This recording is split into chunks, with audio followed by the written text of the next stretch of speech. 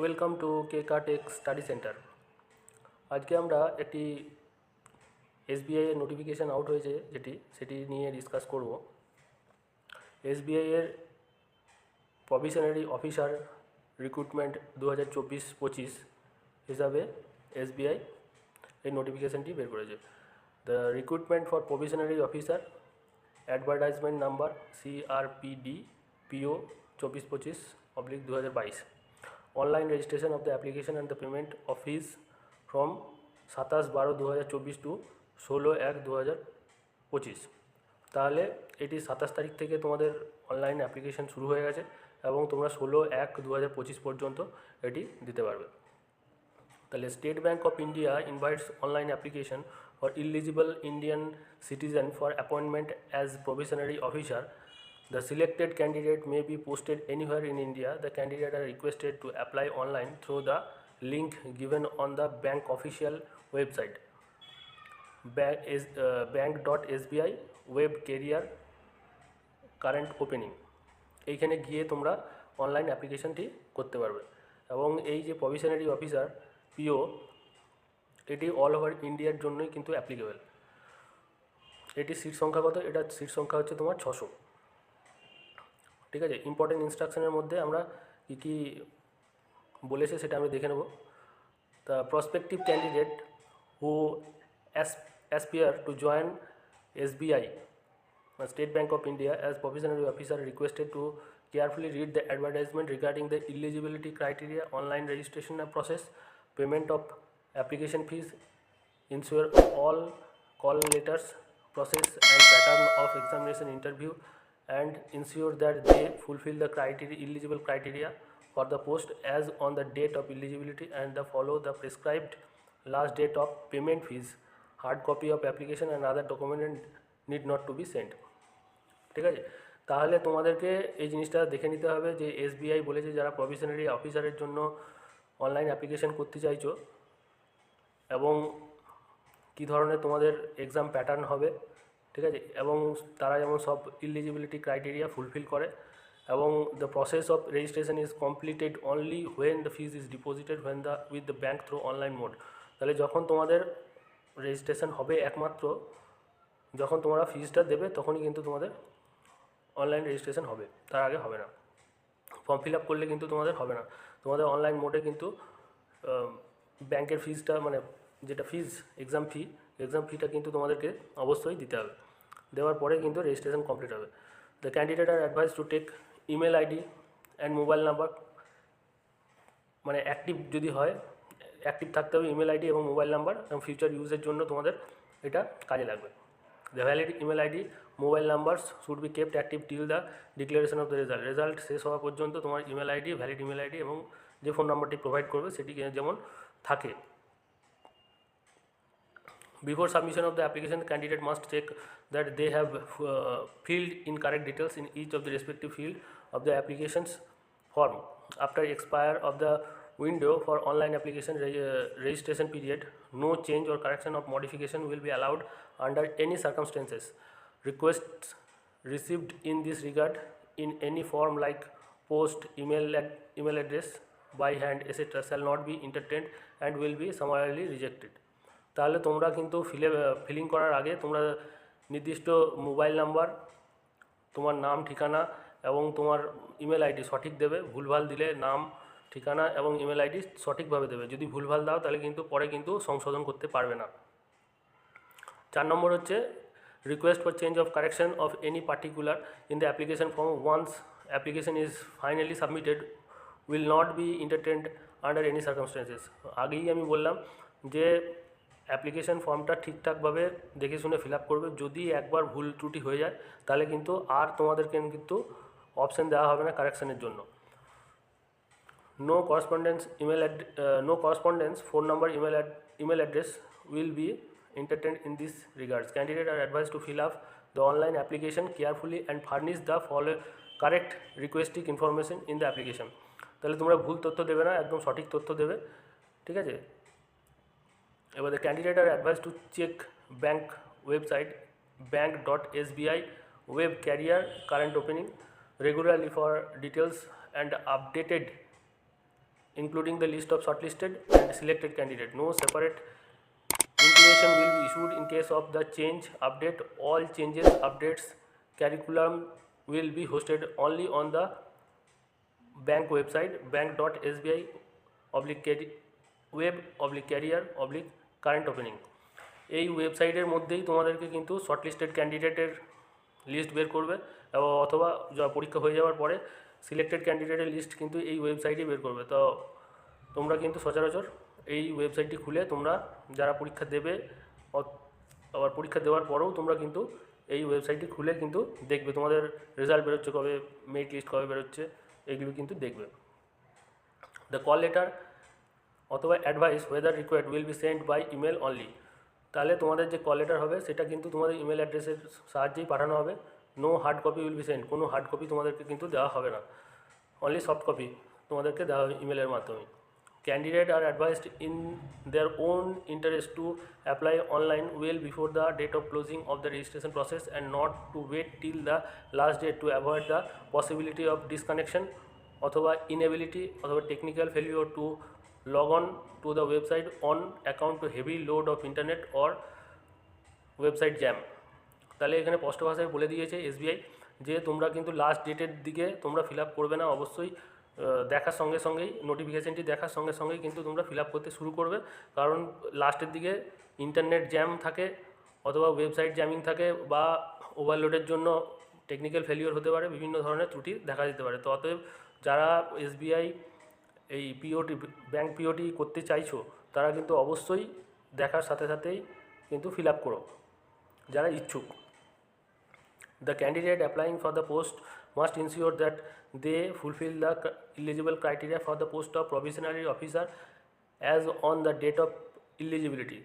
Their admission to all the stages of the recruitment will be purely provisional, subjected to satisfying the prescribed eligibility condition। Call letters অথবা e-admit card to the candidate will not be imply that he or she candidate has been fully finally accepted for the post। তাহলে যে candidate apply করছো তারা কিন্তু eligibility criteria এই provisionary অফিসারের জন্য যে ডেটে বেরিয়েছে সেই ডেটে সব ক্রাইটেরিয়া ফুলফিল করছো তেমনভাবেই তোমরা করবে। এবং এই যে অ্যাডমিট কার্ডটা দেওয়া হচ্ছে তোমাদেরকে, সেই অ্যাডমিট কার্ড দেওয়া মানেই যে তোমাদেরকে সেই পোস্টে জয়েনিং করাচ্ছে বা নিয়ে নিচ্ছে সেটা কিন্তু নয়। Bank take up verification of eligibility condition with reference to the original documents only after the candidate has been shortlisted for the interview and of later stages। যদি তোমরা শর্টলিস্টেড হও, পরীক্ষায় পাস করো, তাহলে তোমাদের ডকুমেন্ট ভেরিফিকেশন হবে, ঠিক আছে, সেটাই বলেছে। The candidate are advice to take print out of their system generated online application form after submitting the application. তাহলে ক্যান্ডিডেট যারা ফিল আপ করছো তারা কিন্তু ফিল আপ করার পরে ফাইনাল সাবমিশনের পরে তোমরা কিন্তু এটা প্রিন্ট আউট নিয়ে নেবে। এই প্রিন্ট আউটটি ফার্দার রেফারেন্সের জন্য তোমার কাজে লাগবে। The candidate will not be allowed to withdraw their application after final submission of the online application. তাহলে তোমাদের ফাইনাল সাবমিশন হয়ে যাওয়ার পরে তোমরা কোনো মতেই এটাকে উইথড্র বা ক্যান্সেল করতে পারবে না। Liable candidates are requested to register online for the recruitment process which will be held in the 3 phases। যে যারা ইচ্ছুক তারা কিন্তু এই যে প্রভিশনারি অফিসারের রিক্রুটমেন্টের যে প্রসেস এক্সামটা রয়েছে সেটাতে তোমরা যদি দিতে চাও সেই এক্সামিনেশনটা কিন্তু 3 ফেজে হবে, phase 1, phase 2 and phase 3। Candidate who are shortlisted for the phase 1 মানে প্রিলিমিনারি এক্সামিনেশনে যারা পরীক্ষায় পাস করবে will be appeared for the phase 2। যারা মানে প্রিলিমিনারি এক্সামিনেশন পাস করবে তারা কিন্তু ফেজ 2 এর জন্য মেন এক্সামিনেশনের জন্য বসবে। এবং the candidate who are shortlisted for the phase 2 will be subsequently called for the phase 3 psychometric test or group exercise interview। তাহলে যারা গ্রুপ 2 মানে ফেজ 2তে যারা পাস করছো মানে মেন এক্সামিনেশনে যারা পাস করছো তাদেরকে কিন্তু আবার ফেজ 3 পরীক্ষা দিতে হবে, যেটা সাইকোমেট্রি টেস্ট এবং group discussion and interview test, সেখানে কিন্তু তোমাদের পাস করতে হবে। Bank reserve the right to conduct the document verification at all stages, preliminary, mains, psychometric, group discussion, exercise, interview, medical and joining। Bank যে কোনো সময় তোমার কিন্তু ভেরিফিকেশন করতে পারে, ডকুমেন্ট ভেরিফিকেশন করতে পারে, প্রিলিমিনারিতে হতে পারে, মেন্সে হতে পারে, সাইকোমেট্রিক টেস্টে হতে পারে, ইন্টারভিউ হতে পারে, মেডিকেল আর জয়নিংয়ের সময় কিন্তু যে কোনো সময় তোমাদের ডকুমেন্ট ভেরিফিকেশন করতে পারে। Selected candidate may offers appointment in the bank subjected to their completing other formalities such as verification of the credential, certificates, satisfactory reports for the reference, medical examination and verification of the antidates. Candidate seeking age relaxation fees exemption must submit valid requesting certificate for the competent authority in the prescribed format when such certificate is sought out at the time of document verification. Otherwise, their claim will not be entertained and their candidature will be liable to cancel or rejected. তাহলে যারা age relaxation এবং ফিজ exemption চাইছো তারা কিন্তু valid documents prescribe ফরম্যাটে তোমরা কিন্তু দেবে, যেমন এসসি এসটি ওবিসি যারা এজ রিল্যাক্সেশন চাইছো অথবা ফিজ রিল্যাক্সেশন চাইছো বা ফিজ এক্সামশন চাইছো তারা কিন্তু ওই অ্যাপ্রোপ্রিয়েট প্রেসক্রাইব ফরম্যাটে যে সব তোমাদের ডকুমেন্টস আছে সেটা দেবে। যদি না দাও সেই ক্যান্ডিডেট তোমার ক্যান্সেল হয়ে যেতে পারে। তবে ঠিক মতন যে প্রেসক্রাইব ফরম্যাটে যেটা দেওয়া হয়েছে সেই সার্টিফিকেটটি প্রেসক্রাইব ফরম্যাটেই দেবে। Candidate against hmm there is or are adverse report regarding the character or moral reputations are not eligible to be applied for such post. If any such adverse order report against the shortlisted candidate is found received by the bank post their selections, their candidate receiving will be rejected forthwith. At the time of interview, the candidate will be required to provide details regarding the criminal case pending against him or her, if any. The bank may also conduct independent verification inter alia, including verification of the police record, etc. The bank received right to deny the appointment depending upon such disclosure and or independent verification. যখন তোমাদের যদি কোনো ইন্টারভিউর সময় যদি কোনো তোমাদের criminal record বা কোনো কেস বা কোনো কোর্ট কেস যদি পেন্ডিং থাকে তাহলে কিন্তু তোমাদের একটু অসুবিধা হতে পারে। তাহলে তোমার ব্যাংক ইন্ডিপেন্ডেন্টলিভাবে তোমাকে ভেরিফিকেশন করবে এবং পুলিশ ভেরিফিকেশানে করার পরে তোমার কিন্তু ইন্টারভিউ নেওয়া হতে পারে। যাই হোক, সেটা ব্যাংকের নিজস্ব ব্যাপার। Candidate furnishing false information suppressing the fact will be disqualified and shall be liable for the debris and the legal or criminal action. The candidate who attempt fraud impersonals shall be liable to be declared for further recruitment process conducted by the bank.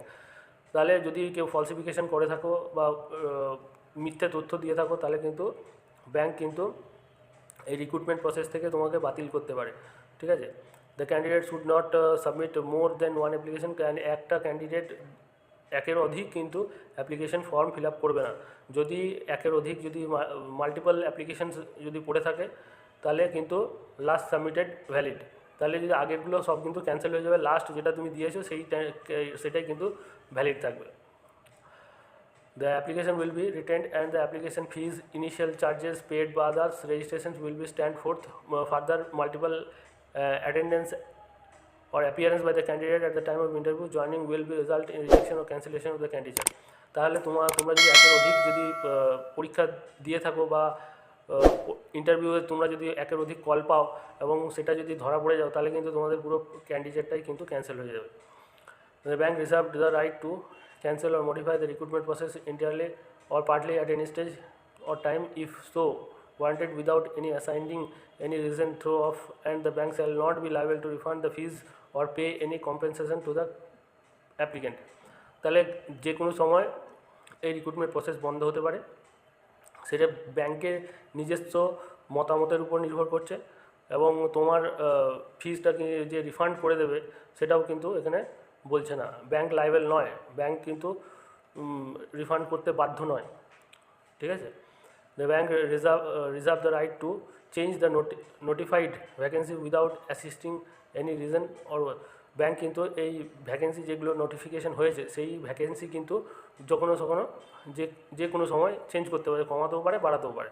তো যাই হোক, তোমরা কিন্তু বিভিন্ন ক্রাইটেরিয়াগুলো রয়েছে, এগুলো ভালো করে একটু পড়ো ডাউনলোড করে।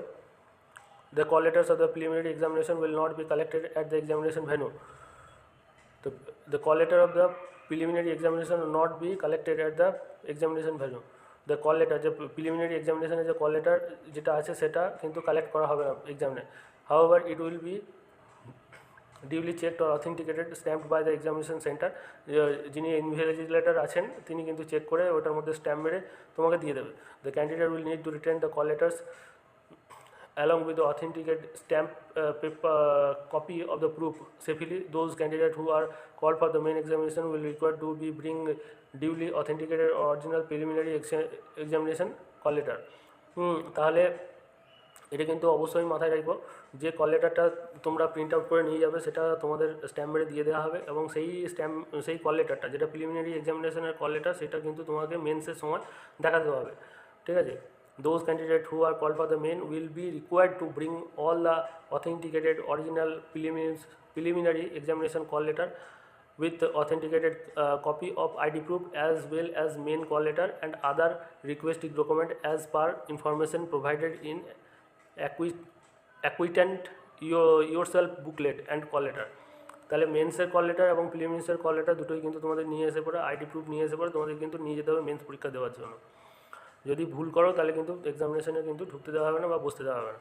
The candidate serving in the government or overseas government office, public sectors undertaking including the national banks and financial institute are advised to submit no objection certificate from the employer at the time of interview. Failing with their candidate may not be considered and travelling expenses, if any, otherwise admissible will not be paid. In case of selection, candidate will be required to produce proper discharge certificate from the employer at the time of taking up of appointment.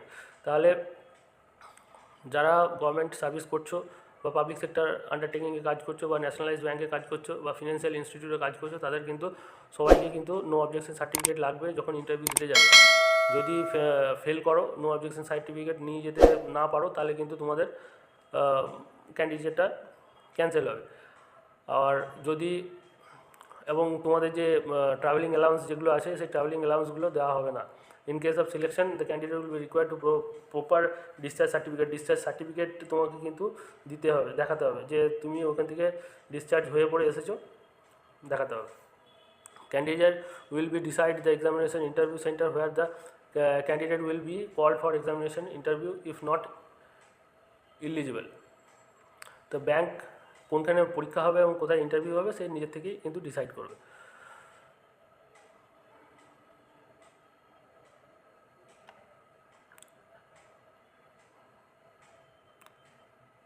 এবারে চলো দেখে নেওয়া যাক vacancy. ভ্যাকেন্সির মধ্যে regular ভ্যাকেন্সির মধ্যে SC আছে 87, ST আছে 43, OBC আছে 158, ইডাব্লিউএস হচ্ছে 58, ইউআর আছে 240, টোটাল আছে 586 এবং ফিজিক্যাল হ্যান্ডিক্যাপ্টের জন্য আছে ভিআই 6টা, এইচআই হিয়ারিং যেটা আছে যারা কানে কম শুনতে পাও তাদের ক্ষেত্রে 6টা, এলডি 6টা এবং ডি&ই যারা বোবা এবং কালা তাদের ক্ষেত্রে আছে 6টা, ঠিক আছে। এবার ব্যাকলগ ভ্যাকেন্সিস কী কী আছে? ব্যাকলগ ভ্যাকেন্সি এসটির ক্ষেত্রে আছে 14টা, এসটির ক্ষেত্রে আছে 14টা এবং টোটাল ভ্যাকেন্সি ব্যাকলগ ভ্যাকেন্সি এসটির ক্ষেত্রেই আছে 14টা এবং পিডাব্লিউডির জন্য মানে ফিজিক্যালি হ্যান্ডিক্যাপ্টের জন্য ভিআইয়ের জন্য 4টে আছে, এইচআইয়ের জন্য 20টা আছে এবং ডি&ই এর জন্য 20টা আছে। টোটাল ভ্যাকেন্সি তোমার 600টা, তোমার টোটাল ভ্যাকেন্সি 600টা আছে, ঠিক আছে। টোটাল ভ্যাকেন্সি 600টা আছে। তাহলে তোমরা যারা ব্যাংকে প্রভিশনারি অফিসারের জন্য ব্যাংক পিওর জন্য প্রিপারেশন নিচ্ছ এবং যারা এই পরীক্ষাটি দিতে চাইছো তারা কিন্তু খুব মনোযোগ সহকারে পড়াশোনা করো এবং পড়াশোনা করে পরে এই পরীক্ষাটি বসো।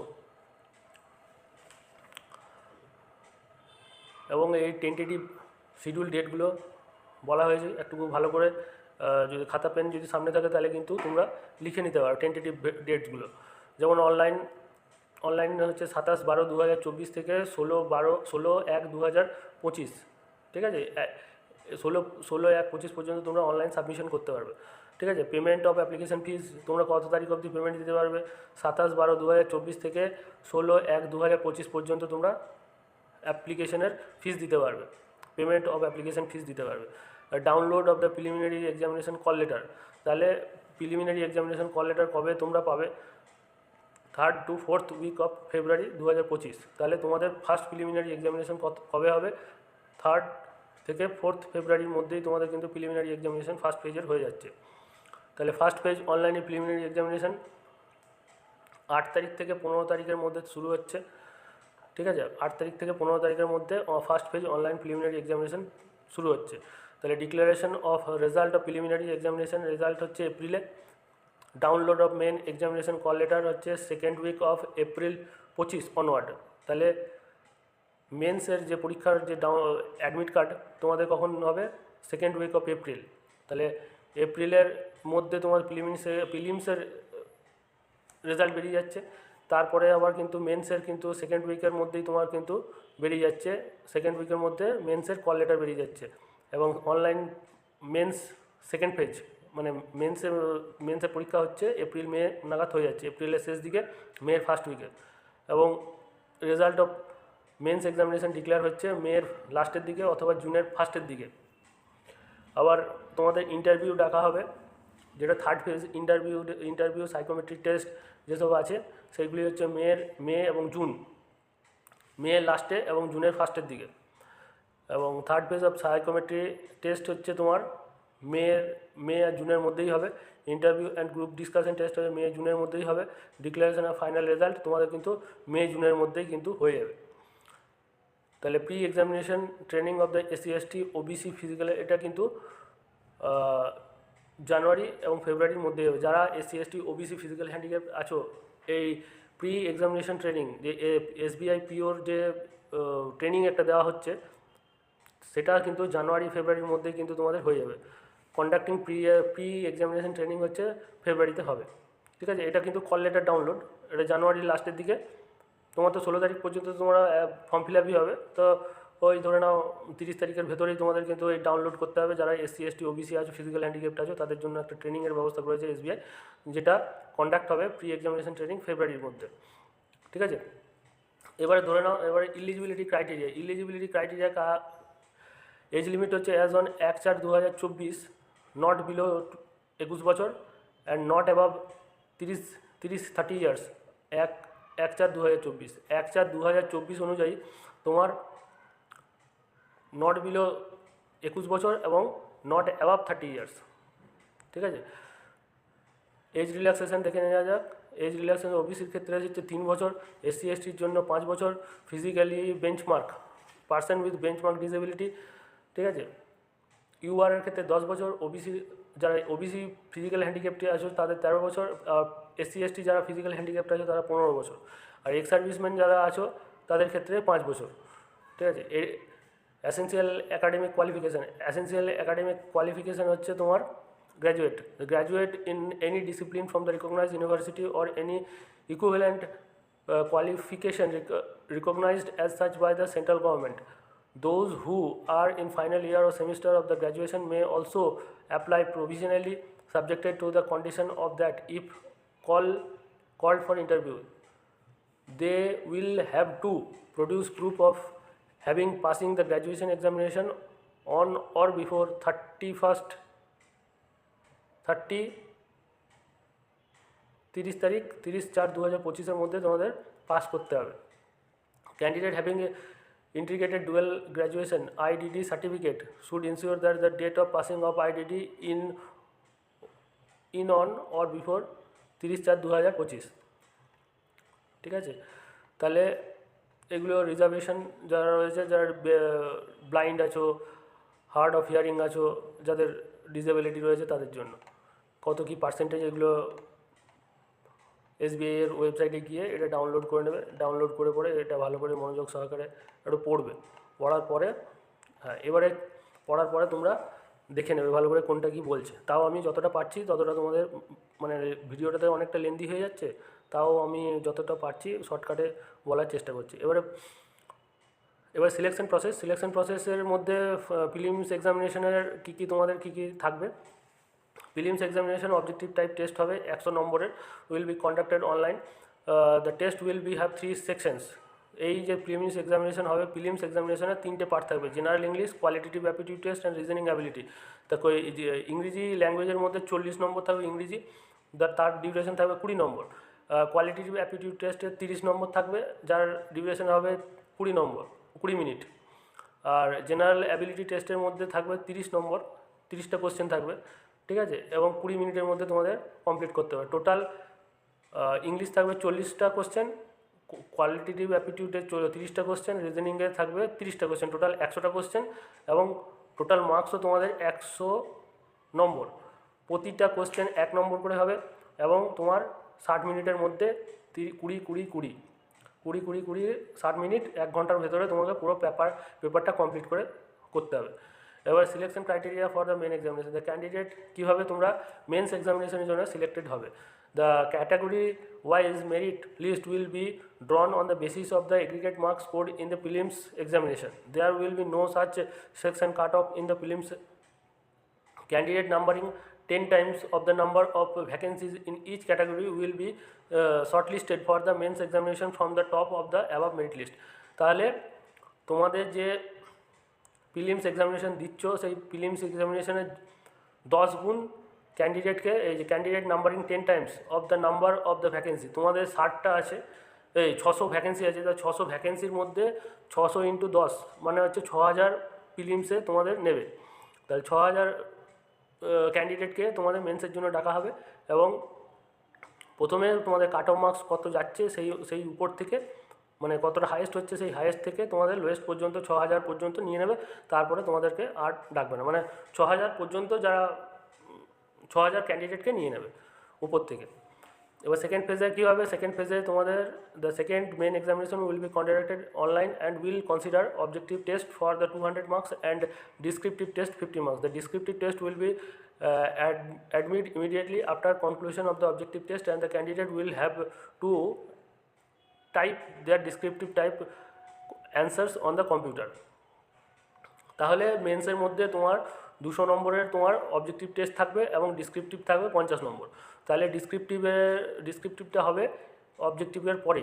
তাহলে অবজেক্টিভ যে 200 নম্বর থাকবে, the duration of the objective is 3 hours and it consists 4 sections of total 200 marks. There will be separate time for the every section. তাহলে প্রত্যেকটা সেকশনের জন্য আলাদা আলাদা টাইমিং দেওয়া আছে। যেমন রিজনিং অ্যান্ড কম্পিউটার অ্যাপটিটিউডের জন্য তোমার 40টা কোশ্চেন থাকবে, 40টা কোশ্চেন 60 নম্বর থাকবে, এবং তোমার ডিউরেশন থাকবে, সময়সীমা থাকবে 50 মিনিট, এবং ডেটা অ্যানালিসিস অ্যান্ড ইন্টারপ্রিটেশনের জন্য 30 নম্বর থাকবে, এবং 30টা কোশ্চেন থাকবে 60 নম্বর, 30টা কোশ্চেন 60 নম্বর, এবং time duration 45 minute. General awareness, economy, banking knowledge, এটার মধ্যে তোমার 60টা কোশ্চেন থাকবে, এবং মার্কস ক্যারি করবে 1 নম্বর করে 60 নম্বর, এবং তার টাইম ডিউরেশন হবে 45 মিনিট। ইংলিশ ল্যাঙ্গুয়েজে তোমার 40টা কোশ্চেন থাকবে, 20 নম্বর থাকবে, হাফ নম্বর করে, ঠিক আছে, এবং টাইম ডিউরেশন থাকবে তোমার 40 মিনিট।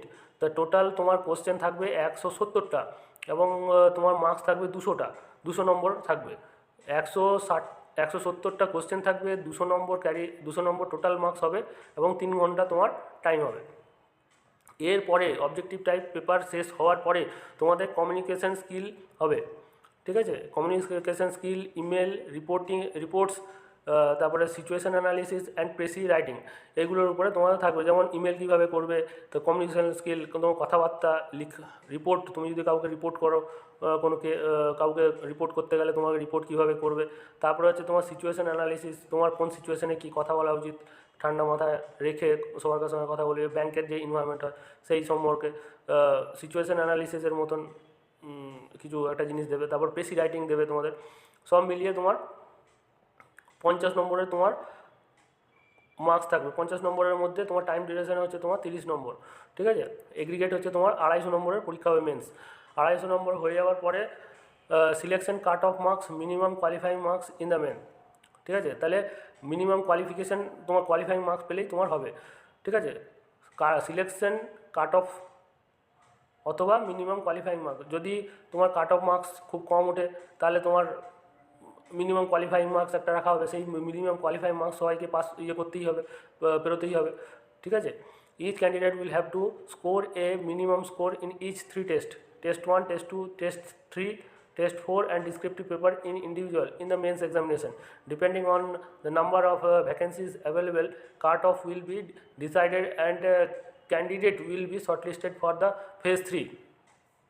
এই মেন্স এক্সামিনেশন পাস করার পরে কিন্তু শর্টলিস্টেড করা হবে ফেজ 3 এর জন্য। Selection criteria of the phase 3 category wise merit list will be drawn on the basis of the aggregate marks scored by the phase 2 mains examination. The candidate numbering up 3 times of the category wise vacancy will be shortlisted for the phase 3 from the top of the category wise merit list, subjected to the candidate scoring the minimum aggregate qualifying scores as decided by the bank. তাহলে phase 3 এর জন্য 3 গুণ যে মেন্সে যারা pass করবে তাদের 3 গুণ ছেলেকে ডাকা হবে, ঠিক আছে। পেনাল্টি ফর রং, যদি এই যে প্রিলিমস এবং মেন্স দুটোই বোথের ক্ষেত্রে তুমি যদি একটা 4টে ভুল করো তাহলে তোমার 1 নম্বর কেটে নেওয়া হবে।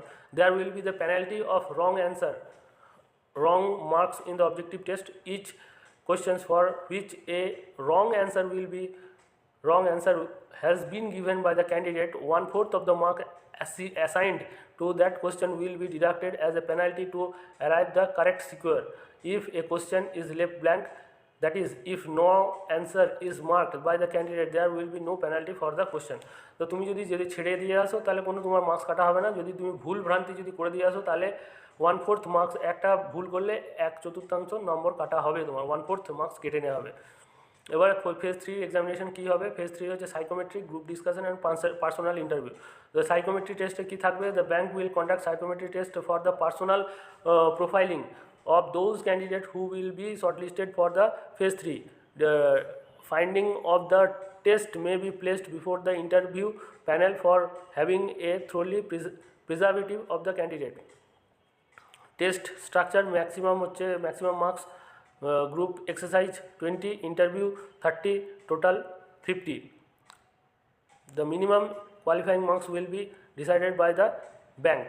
ফাইনাল সিলেকশন নর্মালাইজেশন কী করে হচ্ছে? নর্মালাইজেশন তোমার এই যে তোমার 3টে paper, first phase, second phase এবং থার্ড ফেজ।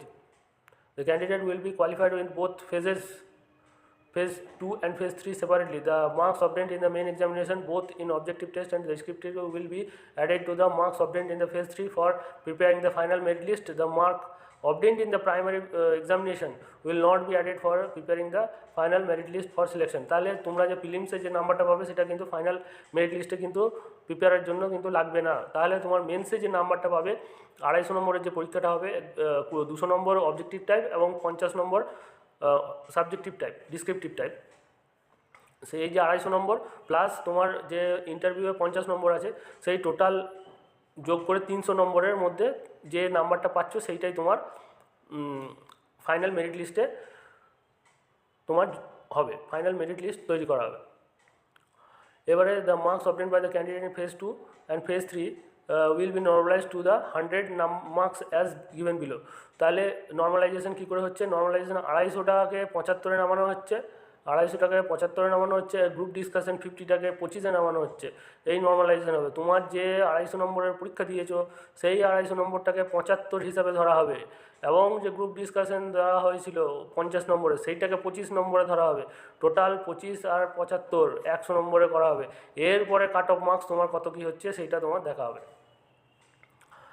তাহলে কিন্তু গ্রুপ ডিসকাশন মানে থার্ড ফেজের যে গ্রুপ ডিসকাশন সেইটা কিন্তু বিশাল বড় ইম্পর্ট্যান্ট মার্কস হয়ে যাচ্ছে, ঠিক আছে। 250-র মধ্যে 75 তোমার মানে খুব বেশি কম পেলেও কোনো অসুবিধা হবে না, মানে মোটামুটি তোমার ভালো নাম্বার থাকলেই হলো। কিন্তু এই ইন্টারভিউ গ্রুপ ডিসকাশন তোমাকে ভালো করে দিতে হবে, কারণ তুমি যদি এখানে 50-এর মধ্যে যদি 20 পাও, 50-এর মধ্যে 40 পাও বা 45 পাও, তাহলে কিন্তু তুমি মোটামুটি 20 অ্যাবাভ থাকবে তোমার, তাহলে এইখানে কিন্তু ক্যারি করে যাবে, ঠিক আছে।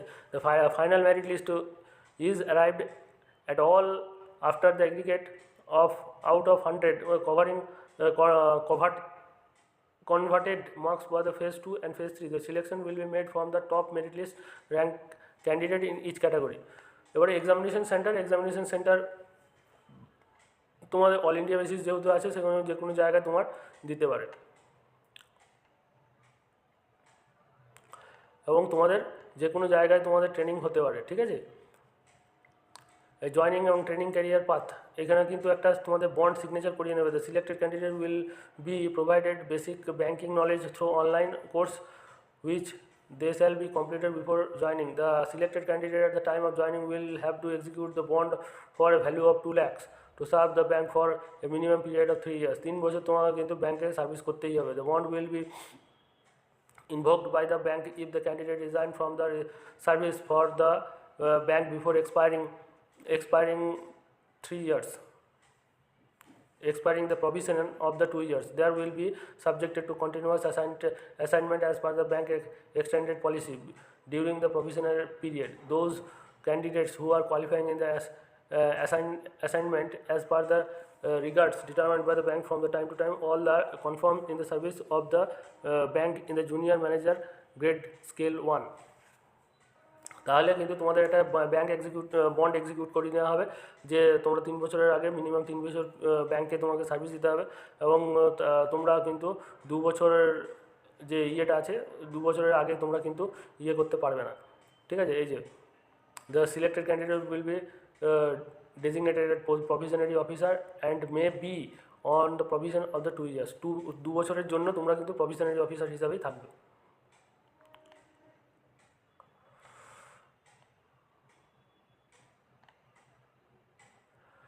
এবারে রেজিস্ট্রেশন অ্যান্ড পেমেন্ট ফিস। তো রেজিস্ট্রেশন অ্যান্ড পেমেন্ট ফিসের মধ্যে তোমাদের এই অ্যানেক্সে দেওয়া হয়েছে left hand thumb impression. If the candidate not having left hand thumb impression, he or she may be right থাম ইমপ্রেশন। যদি কারো লেফট হ্যান্ড থাম ইমপ্রেশন না থাকে তাহলে রাইট হ্যান্ড থাম ইমপ্রেশন দিতে পারে। এই ওয়েবসাইটে তোমরা ব্যাংকের এই ওয়েবসাইটে গিয়ে পরে তোমরা কিন্তু অনলাইন অ্যাপ্লিকেশন করতে পারবে এবং তোমাদের ফিস হচ্ছে 700 টাকা, ঠিক আছে।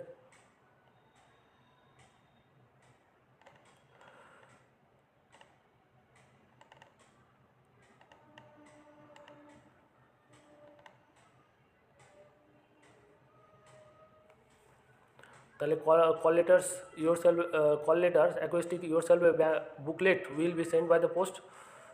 At the time of main examination, the candidate must bring all the authentic original preliminary examination call letters, authenticated copy of ID proof, as well as mains call letter without requesting documents at the time of the mains examination. Those candidates along with the requested documents need to be submitted during the main examination. তাহলে এইগুলো কিন্তু তোমাকে নিয়ে যেতে হবে mains examination. তো ID proof হচ্ছে তোমার passport, Aadhaar, PAN card, driving licence, voter card, bank passbook, এগুলো হচ্ছে তোমার কিন্তু এক্সামিনেশন যখন দিতে যাবে তখন কিন্তু তোমাদের এই আইডি প্রুফগুলো লাগবে। তাহলে আমার এই ভিডিওটি যদি তোমাদের ভালো লাগে তাহলে অবশ্যই আমার চ্যানেলটিকে লাইক, শেয়ার, সাবস্ক্রাইব করো এবং এমনি ধরনের ভিডিও পেতে গেলে আমাকে অবশ্যই কমেন্ট করে জানিও। Thank you for watching my video.